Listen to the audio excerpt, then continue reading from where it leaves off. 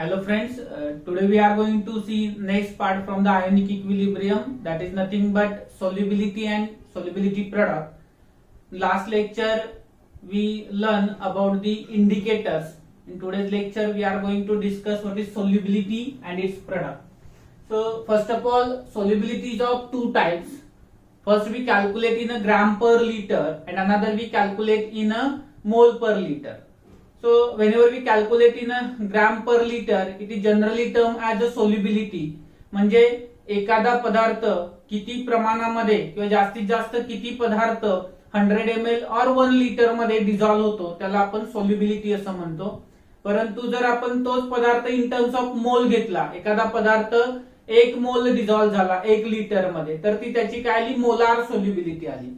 So solubility is always considered in two formats. One is gram per liter and another is mole per liter.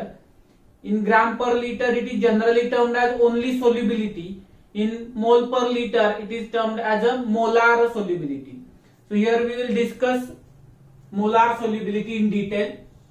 In general gram per liter solubility म्हणजे काय, तर maximum amount आपण सोल्यूटची त्याच्यामध्ये dissolve करणार आहे solvent मध्ये, त्याला म्हणायचं काय, आपण म्हणणार सोल्युबिलिटी. 100 ml किंवा 1 लिटर सॉल्व्हंट घेतलं आणि त्याच्यामध्ये जर आपण डिझॉल्व्ह केलं त्याला तर काय म्हणणार, सॉरी सोल्युशन घेतलं आणि त्याच्यामध्ये जर डिझॉल्व्ह केलं त्याला तर काय करणार आपण, सोल्युबिलिटी असं म्हणणार. आणि मोलार सोल्युबिलिटी काय असते तर बघा, at constant temperature maximum number of moles of solute which can be dissolved in a solvent to obtain 1 litre solution. Solvent मध्ये डिझॉल्व्ह करून 1 लिटर सोल्युशन ऑब्टेन करताना जास्तीत जास्त जेवढे मोल्स आपण त्याच्यामध्ये डिझॉल्व्ह केले त्याला आपण म्हणतो त्याची मोलार सोल्युबिलिटी. देन फॉर्म्युला काय येणार बघा, तर या ठिकाणी molar solubility is equal to moles per litre येणार. बरोबर, मोल्स म्हणजे काय असतं बाळांनो, weight upon molecular weight. So it will be weight upon molecular weight into volume of solution in litre. Then we can conclude weight per litre. बरोबर का, weight per litre म्हणजे solubility in gram per litre असणार आहे. So molar solubility SM is equal to the gram per litre म्हणजे solubility in gram per litre upon molar mass. So solubility in gram per litre can be calculated by using formula molar solubility into molar mass, or molar solubility can be calculated by using formula solubility in gram per liter upon molecular mass. So in this way we can calculate two types of solubilities. So they may ask a direct question in a competitive examination by providing one type of solubility and saying to calculate another type of solubility. So we must know the relation between gram per liter solubility and molar solubility. What is the relation? Molar solubility is equal to solubility in gram per liter upon molar mass, or solubility in gram per liter is equal to molar solubility into molar mass. So this type of relation is there between molar and gram per liter of solubility. Now we will discuss most important concept NEET साठी specially as well as for JEE Mains and Advanced. या article वरती probability जी आहे क्वेश्चनची जी 99% आहे solubility product वरती. आता नक्की solubility product काय असतो, ज्यावेळेस आपण एखादं सोल्युशन घेतो बाळांनो आणि स्पेशली त्याच्यामध्ये आपण स्पॅरिंगली सोल्युबल सॉल्ट घेतला, तो जर आपण डिझॉल्व्ह केला तर तो कमी प्रमाणामध्ये डिझॉल्व्ह होणार आहे. परंतु सॉल्ट असल्यामुळे तो स्ट्रॉंग इलेक्ट्रोलाइट आहे आणि त्याचं डिसोसिएशन मात्र 100% होणार आहे. So dissociation takes place at a maximum extent but dissolution at a minimum extent. Sparingly सोल्युबलचा अर्थ काय आहे, मिनिमम अमाऊंट मध्ये तो वॉटर मध्ये सोल्युबल असतो. सो स्पॅरिंगली सोल्युबल सॉल्ट घेतला, सॉल्ट असल्या कारणाने डिसोसिएशन 100% होतं, आयन्स फॉर्मेशन जास्त प्रमाणात होतं, परंतु ते डिझॉल्व्ह होत नाहीत सगळेच्या सगळे. डिझॉल्युशन पॉवर ही त्याची कमी असते आणि आपल्याला शोधायचं नेमकं तेच आहे की डिझॉल्युशन किती झालंय म्हणजे त्याची सोल्युबिलिटी किती आहे. तर या ठिकाणी जो स्पॅरिंगली सोल्युबल सॉल्ट आहे त्याचं आयन्स फॉर्म झाले, ते आयन्सच्या कॉन्सन्ट्रेशनचा product with each term raise to the power equal to its stoichiometric coefficient in balance chemical equation is called as a solubility product. For example या ठिकाणी इलुस्ट्रेट केल्याशिवाय लक्षात येणार नाही, डेफिनेशन्स बघा दिलेली आहे इथं. आपण इकडे एक एक्झाम्पल घेऊयात, त्याच्यामध्ये तुम्हाला अजून क्लिअरिटी येईल.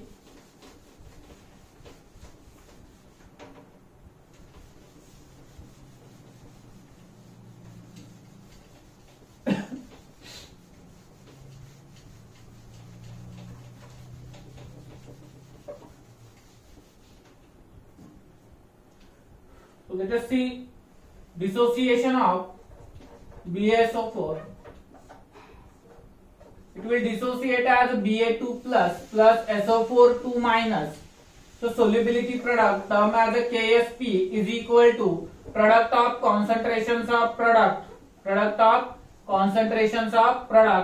with each term raised to the power equal to its stoichiometric coefficient. आता इथे कोएफिशियंट 1च आहे दोन्हीकडेही, त्याच्यामुळे इथे आपल्याला वरती पॉवर दाखवता येणार नाही. Let us consider another example, AlCl3. It will dissociate as Al3 plus 3Cl minus. Then for such a sparingly soluble salts, we can write a product KSP is equal to product of concentrations of product. आता याचा coefficient 1 आहे, याचा coefficient 3 आहे. With each term raised to the power equal to its stoichiometric coefficient. 1 आहे, लिहिण्याची आवश्यकता नाही, परंतु इथं 3 आहे ते लिहावं लागेल आपल्याला. सो अशा प्रकारे जो सोल्युबिलिटी प्रोडक्ट आहे तो काय होतो आपल्याला ऑब्टेन करता येतो. या ठिकाणी असं म्हणलेलं आहे in a saturated solution. Because what happens बघा बाळांनो, सॅच्युरेटेड म्हणजे काय, तर आपण सॉल्ट ऍड केलेला आहे आणि काय झालेलं आहे, सॉल्ट ऍड केला, स्पॅरिंगली सोल्युबल सॉल्ट आहे तो ऍड केला त्याच्यामध्ये, तर त्याच्यामध्ये असणारा जो सॉलिड कॉम्पोनंट आहे तो, आणि या ठिकाणी जो डिझॉल्व्ह झालेला आहे, बरोबर का, इथं आयन्स फॉर्म झालेले आहेत आणि काही पार्ट याच्यामध्ये काय झालेले आहेत, डिझॉल्व्ह झालेले आहेत, डिझॉल्व्ह आयन्स आहेत. त्या दोघांमध्ये असणारा जो इक्विलिब्रियम आहे, बरोबर का, त्यावेळेस काय फॉर्म होतं, सॅच्युरेटेड सोल्युशन होतं. म्हणजे टाकलेला सगळ्याच्या सगळा सॉल्ट त्याच्यामध्ये डिझॉल्व्ह झाला नाही, काही सॉलिड पार्टिकल त्या सॉल्टचे शिल्लक आहेत आणि ते इक्विलिब्रियम मध्ये आहेत कुणाच्या, डिझॉल्व्ड आयनच्या. त्यावेळी जे सोल्युशन फॉर्म होतं त्याला आपण सॅच्युरेटेड सोल्युशन असं म्हणतो. या प्रकारचं जे सॅच्युरेटेड सोल्युशन आहे त्याच्यामध्ये आपण जो सॉल्ट घेतलेला आहे, स्पॅरिंगली सोल्युबल सॉल्ट, त्याच्या आयनच्या कॉन्सन्ट्रेशनचा गुणाकार with each term raise to the power, आणि प्रत्येक टर्म जे आहे त्याचा जो काही पॉवर आहे त्या पॉवरला काय लिहायचं, त्याचा सहगुणक लिहायचा आहे बॅलन्स केमिकल इक्वेशन मधला. त्याला आपण काय म्हणतो, सोल्युबिलिटी प्रोडक्ट. आता नेहमी कन्फ्युजन होणाऱ्या 2 टर्म्स आहेत बाळांनो, एक आहे सोल्युबिलिटी प्रोडक्ट आणि दुसरा आहे ionic product. You will first differentiate between these two, what is ionic and what is solubility product.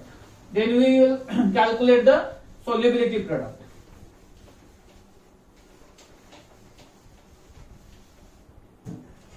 So what is ionic product of water? Suppose we have ionic product of any salt.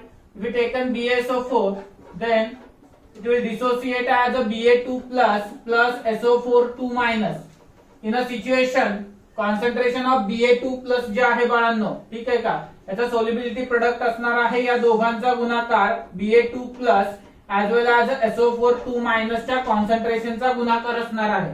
याच्या सोबतच जर आपण पाहिलं तर आपल्याला एक बघायचं आहे की Kp म्हणूयात किंवा Kp आपल्याला आधी सिंबल वापरलेला आहे, आपण Ip हा शब्द वापरूयात, आयनिक प्रोडक्ट ऑफ वॉटर, किंवा त्याला QP असाही शब्द ते वापरतील. So ionic product of water is equal, not water, ionic product of BaSO4 is equal to again same formula Ba2 plus SO4 2 minus. Now we cannot differentiate on the basis of this, so we have to write a condition. This is equilibrium condition and this is initial condition, or at any time t, at any time t. So या ठिकाणी KSP जो आहे ना तो equilibrium कॉन्सन्ट्रेशनचा product आहे. ज्यावेळेस ही reaction इक्विलिब्रियमला असेल त्यावेळेस जो काही प्रोडक्ट फॉर्म झालेला आहे, आयन्स फॉर्म झालेले आहेत, त्या आयन्सचा गुणाकार जो आहे त्याला म्हणतो आपण सोल्युबिलिटी प्रोडक्ट. आणि आयनिक प्रोडक्ट कशाला म्हणायचं, जे सॉल्ट आहे त्यानं आयन्स फॉर्म केलेत इनिशियली त्यानं जे आयन्स फॉर्म केले त्यांच्या कॉन्सन्ट्रेशनचं मल्टिप्लिकेशन, किंवा ऍट एनी टाइम टी, कुठल्याही वेळेस जर तुम्ही त्या दोघांचं एक्सेप्ट इक्विलिब्रियम, बाकी कुठल्याही वेळेस तुम्ही या दोघांचं कॉन्सन्ट्रेशनचा गुणाकार घेतला तर तो काय असणार आहे, त्याचा आयोनिक प्रोडक्ट असणार आहे. 2 टर्म्स व्यवस्थित समजावून घ्या. आता हा KSP कॅल्क्युलेट कसा करायचा त्याच्यासाठी मी एक आधी जनरल इक्वेशन देतो, त्यानंतर आपण काही न्यूमरिकल्स डिस्कस करून त्याचे ऍप्लिकेशन्स बघणार आहे. तर आता हा जो सोल्युबिलिटी प्रोडक्ट आहे तो इन जनरल इक्वेशन डिस्कस करतोय आपण या ठिकाणी. एक फॉर्म घेतला आपण इक्वेशनचा ax by जो ऍक्वियस सोल्युशन आहे त्याचं सॉल्टचं. त्यानं x moles of a plus y form केले aqueous, plus y moles of b x minus produce केले ऍक्वियस. तर अशा केस मध्ये सुरुवातीला हा आपण घेतला a, त्यावेळेस हा असणार आहे 0, हा असणार आहे 0. त्यानंतर याच्यातून हा डिसोसिएट झाला किंवा सोल्युबल झाला. किती झाला? एस ही समजा सोल्युबिलिटी असेल तर एस एवढा सोल्युबिलिटी, एस एवढी काय असणार जी सोल्युबिलिटी असेल तर एस एवढा कॉम्पोनंट याच्यामधून निघून जाणार. मग सोल्युबिलिटी प्रोडक्ट काय येणार याचा? KSP is equal to a plus y raise to x b minus x raise to y.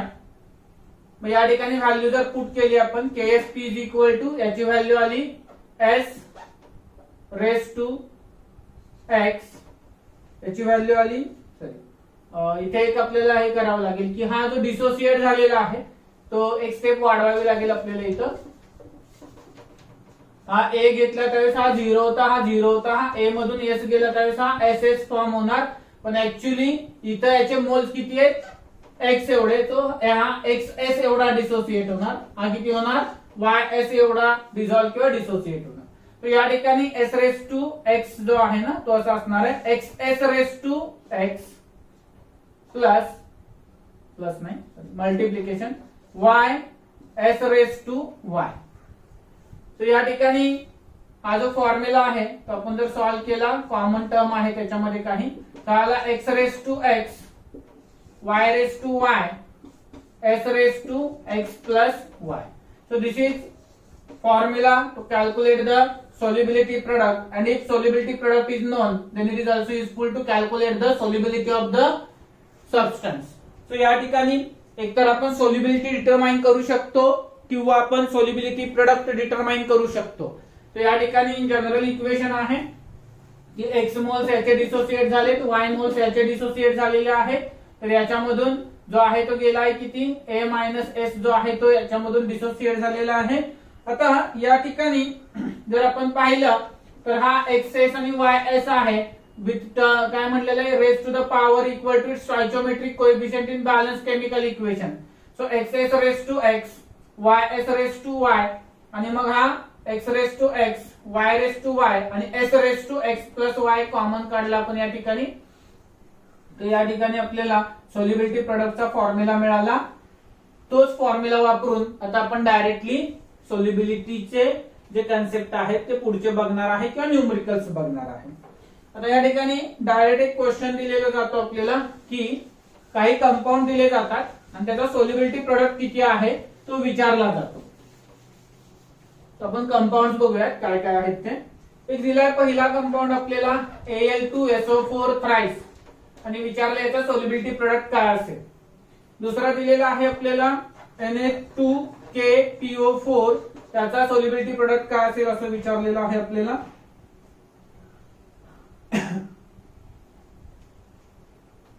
त्यानंतर पुढे दिलेला आहे NaKRbPO4. थोडं कॉम्प्लिकेटेड आहे. तर यांचे आपल्याला सोल्युबिलिटी प्रोडक्ट विचारलेले आहेत. तर याचा सोल्युबिलिटी प्रोडक्ट काय येणार बाळांनो? KSP is equal to 2Al3 plus plus 3SO4 2 minus. आता या ठिकाणी हा काय झाला? x, हा काय झाला? y. KSP चा फॉर्म्युला काय आहे आपल्या? x raise to x, y raise to y, s raise to x plus y on the basis x is equal to 2 raise to 2, y is equal to 3, 3 raised to 3, and then s raised to 2 plus 3. So on that basis, this is 4, this is 3 चा cube किती आला तुमचा? 27, s raised to 4, sorry, s raised to 5. So this is 108, s raised to 5. तर या ठिकाणी तुमचा जो solubility product येणार तो किती येणार? असा काही ऑप्शन त्या ठिकाणी असेल त्यानंतर Na2KPO4 दिलेला आहे आपल्याला. तो कशा पद्धतीने डिसोसिएट होईल बघा या ठिकाणी. KSP इज सॉरी डिसोसिएशन दिलं आपण इथं. KSP म्हटलं तरी चालेल. KSP फक्त इथं मल्टिप्लिकेशन असते हे लक्षात ठेवायचं. रिएक्शनचं डिसोसिएशन जर केलं आपण तर हा डिसोसिएट कसा होईल बघा. 2Na plus K plus PO4 3 minus. Okay, आता या ठिकाणी थोडं कन्फ्युजन आहे आपल्याला की नक्की आपण काय घ्यायचं. तर याचं उत्तर कसं येणार तुमचं बघा. दिस रेस टू दिस आणि हे काय येणार तुमचं. याची जेवढे आहेत ते रेस टू काय येणार त्याचं कोएफिशियंटच येणार इंटू S रेस टू या सगळ्याची ऍडिशन येणार तुमची. सो या ठिकाणी याचा फॉर्म्युला काय आला बघा. हा असा आला थोडक्यात. X raise to X Y raise to Y Z raise to Z into S raise to X plus Y plus Z तयार झाला. कारण 3 आयन वेगवेगळे आले या ठिकाणी. So 2 raise to 2 1 raise to 1 1 raise to 1 S raise to 2 plus 1 plus 1. So this is 4. This is 1 as 1 S raised to 5. So this is 4S raised to 5 will be the final answer. Sorry, 4S raised to 4. आता हा dissociate करायचा आहे. करूयात आपण. नवीन एरोची निर्मिती नाही केली बहुतेक सरांनी. हा एक्झाम्पल आहे. ओके, परत म्हणणार काहीतरी नवीन शोध लावला वाटतं सरांनी. या ठिकाणी हा डिसोसिएट होईल Na plus plus K plus plus Rb plus plus PO4 3 minus. So again formula will change as a W raised to W, X raised to X, Y raised to Y, Z raised to Z, S raised to W plus X plus Y plus Z. ठीक आहे, असं फार कमी वेळा विचारलं जातं. आपण practice करूया सगळ्याची.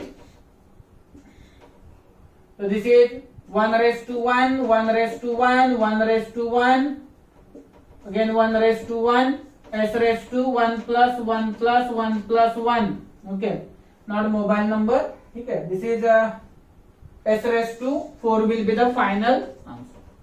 तो या पद्धतीचे काही क्वेश्चन्स बाळांना आपल्याला विचारले जाऊ शकतात जे क्रिटिकल आहेत. बुक मध्ये फार सिंपल दिलेले असतात. उदाहरणार्थ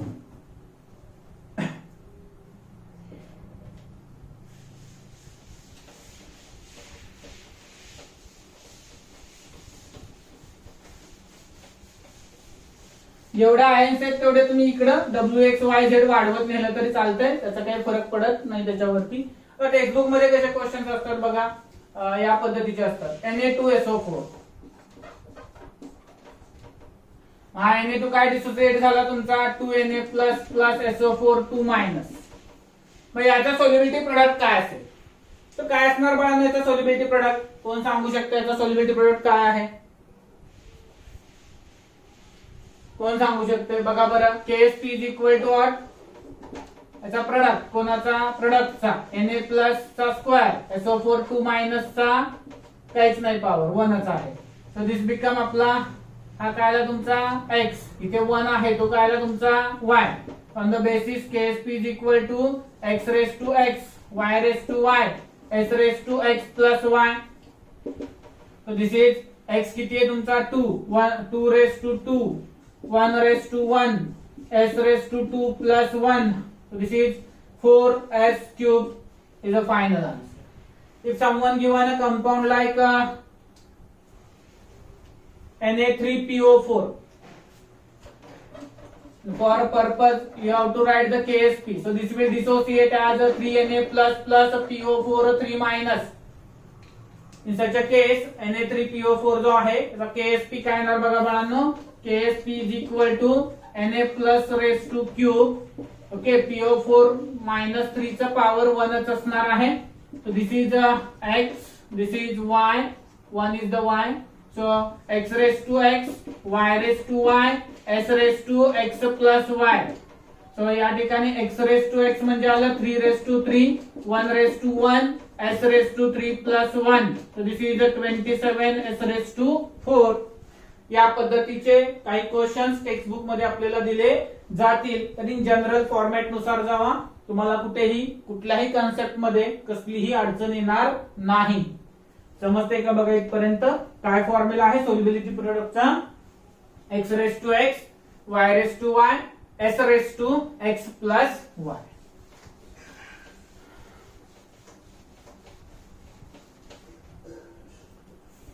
काही क्वेश्चन्स आहेत जे सॉल्व्ह केलेले आहेत बाळांनो, ते मी तुम्हाला ऍज इट इज ग्रुप वरती टाकतो. आणि लास्ट टाइम म्हटल्याप्रमाणे एक बिगिनर बॉक्स आहेत काही, ते पण सॉल्व्हिंग साठी मी आज तुम्हाला ग्रुप वरती टाकेन. ते क्वेश्चन देखील तुम्ही सॉल्व्ह करा. जर कुठे काही प्रॉब्लेम आला तर डायरेक्टली कॉल करा. ठीक आहे, नंबर तुमच्याकडे आहे सगळ्यांच्याकडे. आता हा जो आहे कन्सेप्ट आपला सोल्युबिलिटी प्रोडक्टचा, ठीक आहे का, त्याचे ऍप्लिकेशन्स मध्ये आपल्याला बघायचं होतं. तर पहिलं ऍप्लिकेशन काय आहे बाळांनो याचं? To find out solubility. To find solubility.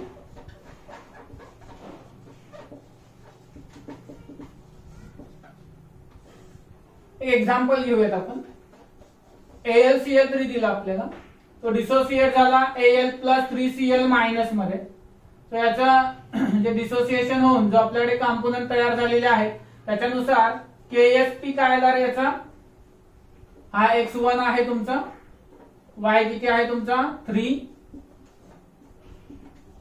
So x raise to x, y raise to y, s raise to x plus y.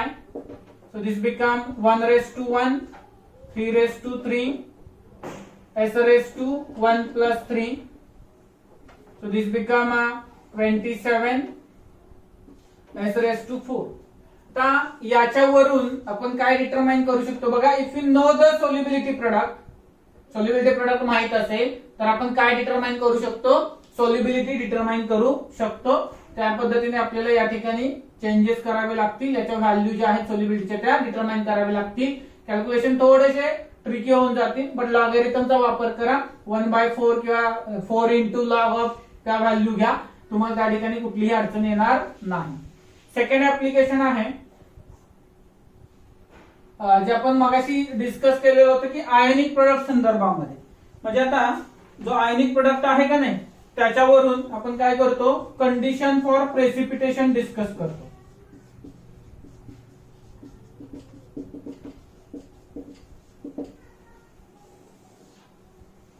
आता जर प्रेसिपिटेशन माहिती आहे ना, जर आपल्याकडे जो सोल्युबिलिटी आहे ती फारच कमी असेल तर काय होणार बाळांनो? त्या ठिकाणी प्रेसिपिटेशन जास्त प्रमाणात बघायला मिळणार आपल्याला.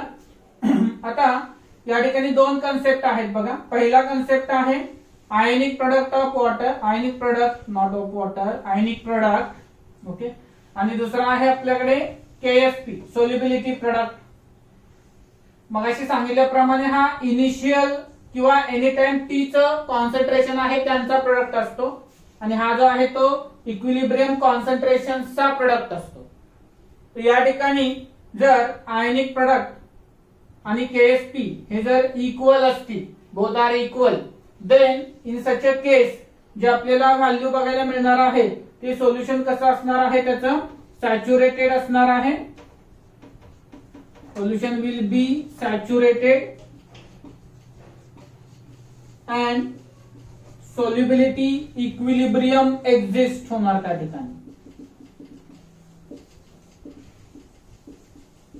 Now important thing, if ionic product is greater than the solubility product, ionic product हा जर greater असेल solubility product पेक्षा तर त्या ठिकाणी काय होणार बाळांनो? प्रेसिपिटेशन होणार, प्रेसिपिटेशन ऑकर्स. आणि जर थर्ड कंडिशन आहे आयनिक प्रोडक्ट पेक्षा KsP जर जास्त झाला, सोल्युबिलिटी प्रोडक्ट म्हणजे सोल्युबिलिटी वाढली थोडक्यात, तर त्या ठिकाणी काय होणार बाळांनो? Precipitation does not occur.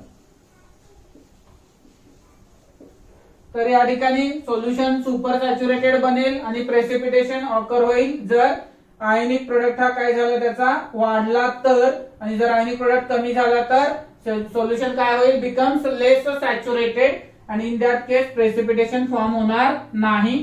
तो व्हेनेवर बघा एखादा सबस्टन्स घेतला आपण, तो ऍड करत चाललोय या ठिकाणी, तो सबस्टन्स ऍड करत असताना काय होतं बाळांनो?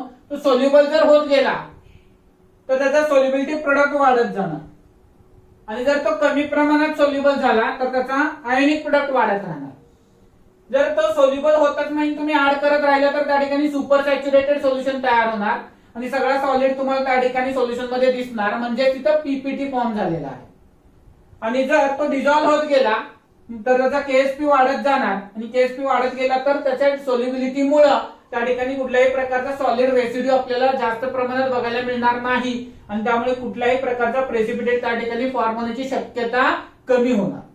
तर या पद्धतीने हे दुसरं ऍप्लिकेशन आहे त्याचं प्रेसिपिटेशन साठी.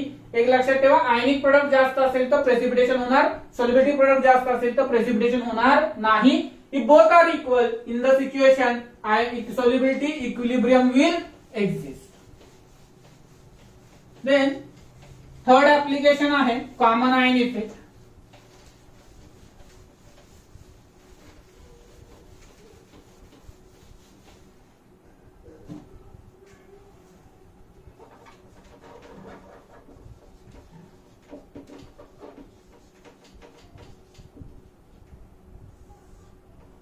So what happened due to the common ion effect? Let us illustrate one of the example. Suppose we considered again AlCl3 will dissociate as a Al3 plus 3Cl minus. If you added common ion to it like Cl minus, for the purpose we added NaCl to it. NaCl add केलं त्याच्यामध्ये. आता हा Cl आणि हा Cl या दोघांमध्ये common आहे म्हणून या इफेक्टला कॉमन आयन इफेक्ट असं म्हणणार. Now what will happen if Cl minus increase?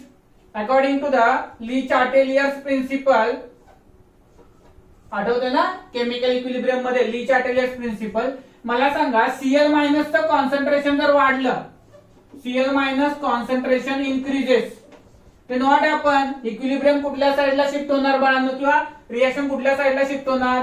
आपण काय म्हणतो नेहमी, ज्या साईडचं कॉन्सन्ट्रेशन इन्क्रीज होतं त्याच्या रिव्हर्स साईडला रिएक्शन शिफ्ट होते. त्यामुळे due to the common ion effect reaction will shift in a backward direction. Reaction shift in a backward direction. आणि मला सांगा, जर बॅकवर्ड डायरेक्शनला रिएक्शन शिफ्ट होत असेल तर सोल्युबिलिटी काय होणार रे बाळांनो? सोल्युबिलिटी डिक्रीज होणार, कारण रिएक्शन कुठे शिफ्ट झाली? बॅकवर्डला. म्हणजे मॅक्झिमम कोण मिळणार तुम्हाला? पुन्हा स्पॅरिंगली सोल्युबल सॉल्ट मिळणार, आणि त्यामुळे त्याची सोल्युबिलिटी मात्र काय होत जाणार बाळांनो? डिक्रीज होत जाणार. आणि या ठिकाणी जर सॉल्युबिलिटी डिक्रीज होत गेली, परंतु जो केएसपी आहे याचा तो काय राहतो बाळांनो? Remains constant. हा कॉन्स्टंट का राहतो? कारण केएसपी ही कंडिशन कुठली आहे बाळांनो? इक्विलिब्रियम कॉन्सन्ट्रेशनची आहे, त्यामुळे त्याच्यावर फरक पडत नाही. Ksp will be affected only by temperature. त्याच्यावर इम्पॅक्ट कुणाचा येतो? फक्त टेम्परेचरचा येतो. टेम्परेचर बदलला तर केएसपी बदलतो, अदरवाइज जे आपल्याकडे सोल्युबिलिटी आहे, ठीक आहे का, त्याच्यामध्ये डिक्रीज झाल्यामुळे सोल्युबिलिटी प्रोडक्ट वरती काही परिणाम होणार नाहीये. आता या ठिकाणी what is common ion effect? So if you add ion which is common to the salt ion, then it is called as common ion effect. What happened due to the common ion effect? Concentration to the product side increases. Due to that, according to Lee-Chatelier principle, reaction will shift in a backward direction, forming more and more reactant. So in that case, precipitation occurs because maximum amount of reactant will be produced. So precipitation form होणार आहे त्या ठिकाणी, PPT formation text place होणार आहे, आणि त्यामुळे त्याची solubility जी आहे ते काय होणार आहे? डिक्रीज होणार आहे. परंतु या ठिकाणी सोल्युबिलिटी प्रोडक्ट देखील डिक्रीज होणं एक्सपेक्टेड होतं, कारण सोल्युबिलिटी डिक्रीज झाली. But solubility product only depend upon the temperature and equilibrium concentrations. Therefore, it will not be affected because it is a condition at equilibrium. So whenever reaction shift in a backward direction, then again it काय करणार त्या ठिकाणी? Equilibrium exist करणार कुठल्या तरी फेजला, आणि त्या ठिकाणी जो स्ट्रेस अप्लाय झाला होता तो नलिफाय करणार, आणि त्या इक्विलिब्रियम कंडिशनला पुन्हा आपण काय कॅल्क्युलेट करणार? केएसपी कॅल्क्युलेट करणार. So this is the third application for the solubility product. Then there are two more applications, so that they can ask as an option, not for the theory purpose. Precipitation of salt and precipitation of soap. एखाद्या सोपचं precipitation असेल किंवा सॉल्टचं precipitation असेल तर त्या ठिकाणी आपण salting out of soap असं म्हणतो त्याला. Precipitation of common salt, fourth application precipitation of common salt.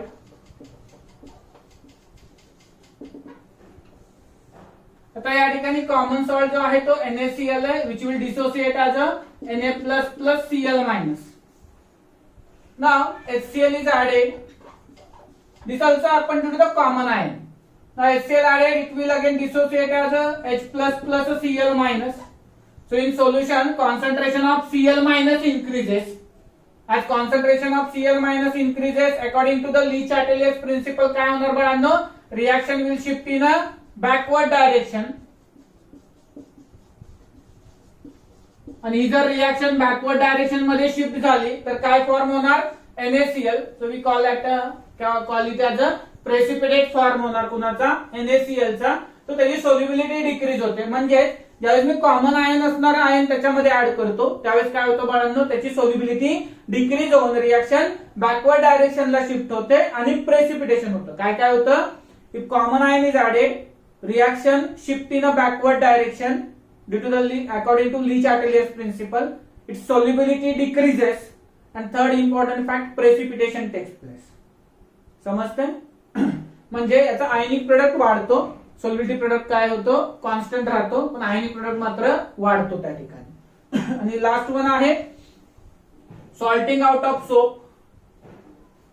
Salting out of soap म्हणजे काय रे, प्रेसिपिटेशनच घडवून आणतो आपण सोपचं या ठिकाणी. तर हा सोप तुम्ही कुठलाही घेऊ शकता, सोडियम स्टिरेट, सोडियम ओलिएट, सोडियम पाल्मिटेट या प्रकारचे सोप असतात, त्याच्यामधला तुम्ही सोप घेऊ शकता. ठीक आहे का, माहितीसाठी आपण घरात असणारा लक्स वगैरे आहे, ठीक आहे, तेही तुम्ही म्हणू शकता फक्त. पण सोप जे आहेत ते दोन वेगवेगळ्या प्रकारचे असतात. तर या ठिकाणी आपण एक एक्झाम्पल घेऊया, sodium stearate C17H35COO_Na. This is sodium stearate. आता हा डिसोसिएट कसा होईल बाळांनो, C17H35COO- Na+. Now if I added NaCl to it, NaCl मी याच्यामध्ये ऍड केला, तो डिसोसिएट होईल Na++Cl-. Then there is a formation of Na+ as a common ion takes place. Concept repeated आहे, तोच आहे. तर Na+ जर फॉर्म झाला या ठिकाणी तर काय होणार बाळांनो, प्रोडक्ट साइडला Na+ चं कॉन्सन्ट्रेशन वाढणार, रिएक्शन बॅकवर्ड साइडला शिफ्ट होणार, प्रेसिपिटेशन फॉर्म होणार आणि सोल्युबिलिटी डिक्रीज होणार. म्हणजे पुन्हा काय मिळणार आपल्याला, सोप मिळणार. This is called as salting out of soap or precipitation of soap. या ठिकाणी कुठेतरी एक ऍप्लिकेशनची नावांमध्ये विचारलं जाईल, which of the following is not application of solubility product, or which of the following is application of solubility product. So how many applications are there? 5. Number 1, solubility detection. Number 2, common ion effect. Number 3, काय सांगितलं होतं आपण, precipitation ची condition.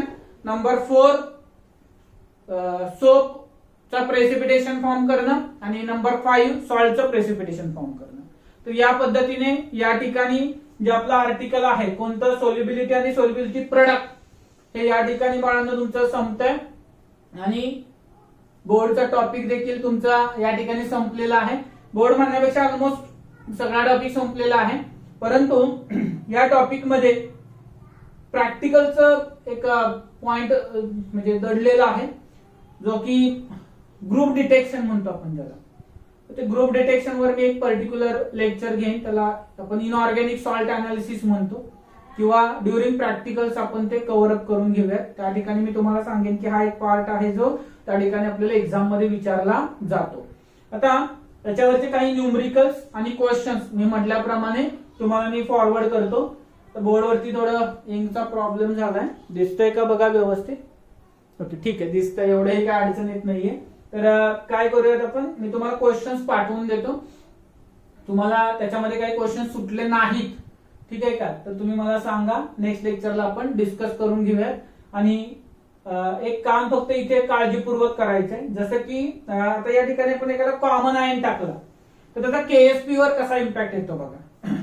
समजा हा Ksp घेतला मी या ठिकाणी, या रिॲक्शन कुठल्याही रिॲक्शनसाठी केएसपी घेतला. समजा तो आहे की एक रिॲक्शन होती त्याच्यासाठी आला होता आपला NaCl गिव्स Na++Cl- अशी रिॲक्शन आहे. त्याची इनिशियल कॉन्सन्ट्रेशन आहे आपण घेतलेलं समजा C हा 0 आहे, हा 0 आहे. ठीक आहे. तर या ठिकाणी इकडून हा C मधून समजा X गेला, हा X तयार झाला, हा X तयार झाला. त्याचा KSP काय आला आपला X रेस टू इथे काही नाही घेतलेलं आपण X इंटू Y असं आलं सोल्युशन.